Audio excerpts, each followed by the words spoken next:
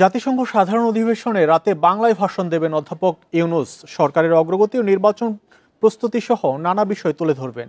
বৃহস্পতিবার অধিবেশনে ডক্টর ইউনূসের সঙ্গে সাইডলাইনে বৈঠকে বাংলাদেশ থেকে কর্মী নেয়ার আগ্রহের কথা জানায় আলবেনিয়া। এছাড়াও এক উচ্চ পর্যায়ের বৈঠকে ইউনূস বলেন, যুব শক্তিকে অন্তর্ভুক্ত না করে টেকসই উন্নয়ন সম্ভব নয়।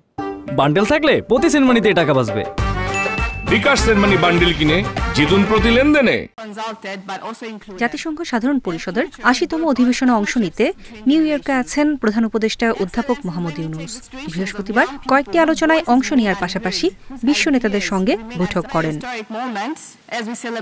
অধিবেশনের সাইডলাইনে এক উচ্চ পর্যায়ের বৈঠকে অধ্যাপক ইউনূস বলেন, গত বছর বাংলাদেশের যুবশক্তির সাহসিকতায় স্বৈরশাসনের অবসান হয়। গণতন্ত্র প্রতিষ্ঠায় গুরুত্বপূর্ণ ভূমিকা রাখে তরুণরাই প্রথম বৈষম্য, সংঘাত, জলবায়ু পরিবর্তন ও ডিজিটাল বিভাজনের শিকার হয়। টেকসই উন্নয়নে তাদের অন্তর্ভুক্তি জরুরি বলে মন্তব্য করেন তিনি।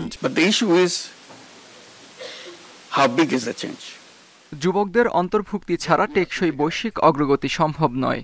প্রযুক্তি উদ্ভাবনের মাধ্যমে অন্তর্ভুক্তির বিশাল সম্ভাবনা রয়েছে, তবে এর সুফল যেন লোভের প্রাচীরে বন্ধ রাখা না হয়। কোনো দেশ একা যুবশক্তিকে ক্ষমতায়িত করতে পারে না। বাধা দূর করতে, ন্যায় নিশ্চিত করতে এবং তরুণ নেতৃত্বকে উৎসাহিত করতে বৈশ্বিক সহযোগিতা প্রয়োজন। নয়তো হতাশা অশান্তিতে রূপ নিতে পারে, যা দ্রুত ছড়িয়ে পড়বে। অধ্যাপক ইউনূসের সঙ্গে বৈঠকে বাংলাদেশ থেকে কর্মী নেয়ার আগ্রহের কথা জানান আলবেনিয়ার প্রেসিডেন্ট। এই উদ্যোগকে স্বাগত জানিয়ে ভিসা প্রক্রিয়া সহজ করার আহ্বান জানান অধ্যাপক ইউনূস। পরে ডাচ প্রধানমন্ত্রীর সঙ্গে বৈঠকে প্রধান উপদেষ্টা বাংলাদেশের গ্রামীণ হিমাগার, নদী ও বন্যা ব্যবস্থাপনা এবং সামুদ্রিক প্রযুক্তিতে সহযোগিতা চান। বস্ত্র খাতে পারস্পরিক সম্পর্ক বৃদ্ধির আগ্রহ প্রকাশ করেন।